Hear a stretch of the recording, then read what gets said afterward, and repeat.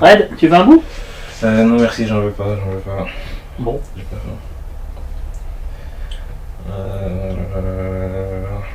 Je peux pas.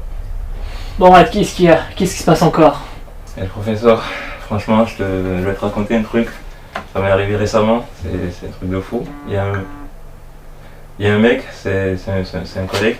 Je lui ai parlé d'un truc, d'une idée que j'ai eue au travail et tout, et il est parti raconter ça aux autres, et il s'est approprié l'idée, tu vois. Et tout le monde pense que c'est lui qui l'a fait, alors que normalement de base c'était moi, tu vois. Et ça, c'est quelque chose, c'est mort, je peux jamais lui pardonner. Je sais que tu vas me dire de lui pardonner, mais je peux pas, non, jamais. Non, ne le pardonne pas. Ah, merci beaucoup, le professeur. Je savais que... Bien sûr que non, on va en parler. Allez, viens.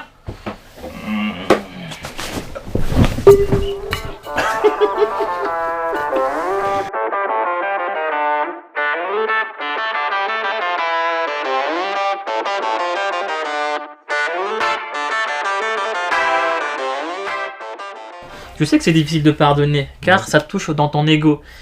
Et parce que tu donnes de l'importance à la chose. Si tu n'avais donné pas de l'importance, tu serais pas mis en colère.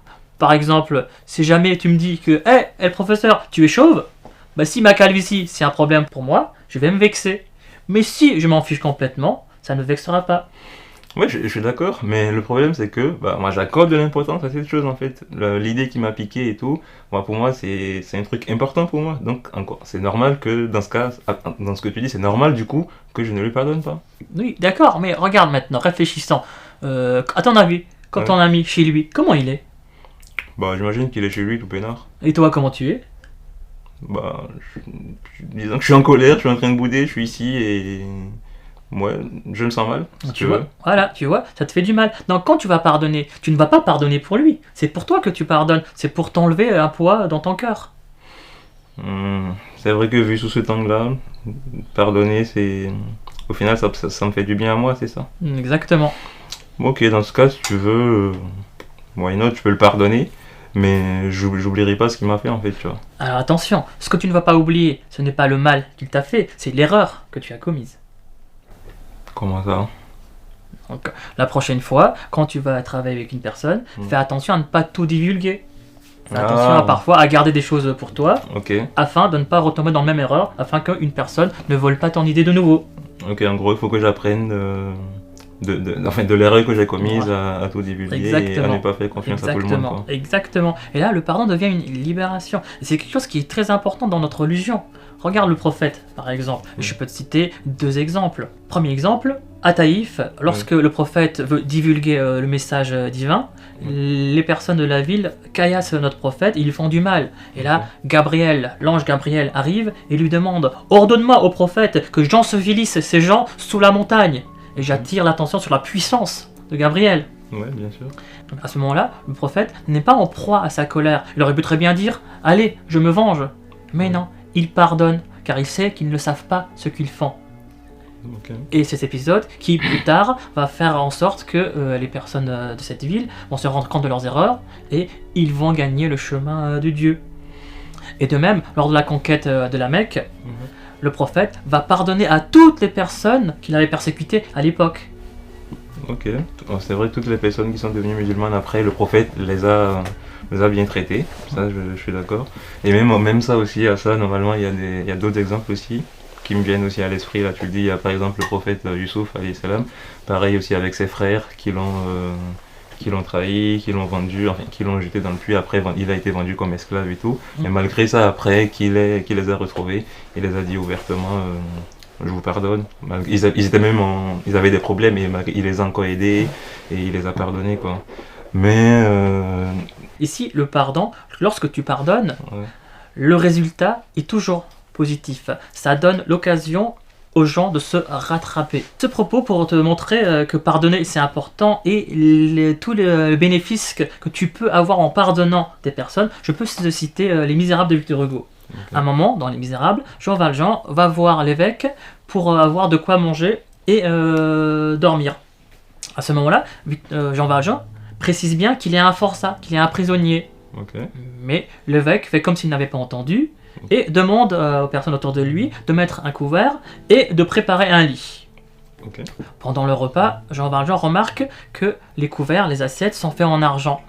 Et la nuit, il se dit, ah mais tiens, si je vole ces couverts et que je les vende, ça peut me rapporter pas mal. Ok. Et il met son vole. plan à exécution. Il vole les couverts, les assiettes, il s'en va. Sauf qu'il se fait prendre. Donc, le matin, les policiers viennent voir l'évêque parce qu'ils reconnaissent les assiettes, car c'était la seule richesse de l'évêque. Ok. L'évêque, en voyant ce méfait, ne se met pas en colère. Au contraire, il vient voir Jean Valjean, il dit « Ah mais Jean Valjean, je t'avais donné aussi les chandeliers, tu les as oubliés. Tiens, je te les donne. » Et il l'envoie, il le libère. Cet épisode fait que Jean Valjean va se mettre en question. Il va se dire « Mais attends, moi j'ai fait le mal, et face au mal qu'on on m'a fait du bien, on m'a pardonné. » C'est ça. Et dans sa vie future, il va devenir Monsieur Madeleine. Il va tout faire pour aider les personnes dans son entourage. Ok, je vois. Dans ce cas, ouais, c'est une très très belle histoire en vrai. Le prêtre, je pense que beaucoup de personnes à sa place, il l'aurait très très mal pris parce que c'est quelqu'un que tu as aidé et malgré ça il te rend le mal et toi, après tout ça encore, tu le rends encore le bien là-dessus. Et ça, on voit aussi la force et la puissance du pardon parce que ça change aussi la personne. Et c'est ça qui est important. Tu ne pardonnes pas pour l'autre, mais pour soi. Tu enlèves ta rancœur, tu n'es plus en colère, et il se peut que la personne se remette en question. Il change complètement. Ouais. Et en général, ce type de changement-là, c'est quelque chose de très profond qui vient du cœur de la personne parce qu'il est vraiment marqué par le geste que tu as fait. Et ça aussi, c'est quelque chose qu'on peut retrouver dans certains épisodes de la vie de notre prophète sallallahu alayhi wa sallam. Face à tant d'adversité, il a pardonné aux gens qui lui ont fait du mal et tout. Et plus tard, ces gens-là, face à l'énorme gentillesse, à l'énorme pardon de notre prophète, ils sont transformés et ils ont trouvé le bon chemin. Tu vois. Donc, le pardon, d'abord, c'est un avantage pour nous, ça nous libère. Et ensuite, ça peut avoir un avantage sur l'autre parce qu'il peut se remettre en question en se disant j'ai fait du mal à telle personne et elle a eu la force de me pardonner. Donc, moi aussi, je peux faire le bien. Quoi. Voilà, exactement. Et donc, il faut pardonner, il faut se libérer. Et qui sait, peut-être que ton pardon va donner l'occasion à d'autres personnes de faire le bien autour d'eux. Bon, merci beaucoup le professeur, ça m'a beaucoup aidé notre échange, donc je te remercie. Bah de rien, toujours pour vous servir. Ah. Attends, j'ai reçu un mail. C'est quoi? Tac. Mais non. Ah ouais. Ça se passe quoi? Tu devineras jamais. Quoi? En fait, c'est un mail de mon boss. Tu vois, le sujet dont je t'ai parlé, en fait, il m'a envoyé un mail, il m'a dit qu'il a reconnu ma patte un peu dans l'idée que mon collègue l'avait soumis et qu'il a compris que ça venait de moi et du coup, il me propose de travailler sur le projet. Tu vois, donc la justice divine. Ah ouais. Tout est bien qui finit bien. C'est très très bien. Bon, maintenant que j'ai retrouvé mes esprits, il y a le professeur. Tu sais la pizza qui est là? Ouais. Elle date d'une semaine et plus. Hein. Une semaine? Et c'est maintenant que tu me le dis? Ah non, et le professeur. Bon, attends, allez, je te pardonne. Parce que c'est des bons quand même. Okay. Mais on va quand même faire à manger. Ouais, c'est mieux. Tu as préparé quelque chose? Non, j'ai rien fait. Mais on peut commander si tu veux. Mais c'était ton tour? Non, on commande, t'inquiète. Ok, mais qui commande? Toi, tu commandes. Non, c'est toi qui commande. Non, tu commandes. Ok. Bon. Oh, allez. Quoi? Bataille de pouces? Bataille de pouces. Vas-y. Triche pas, oh. Reste tranquille. Ah.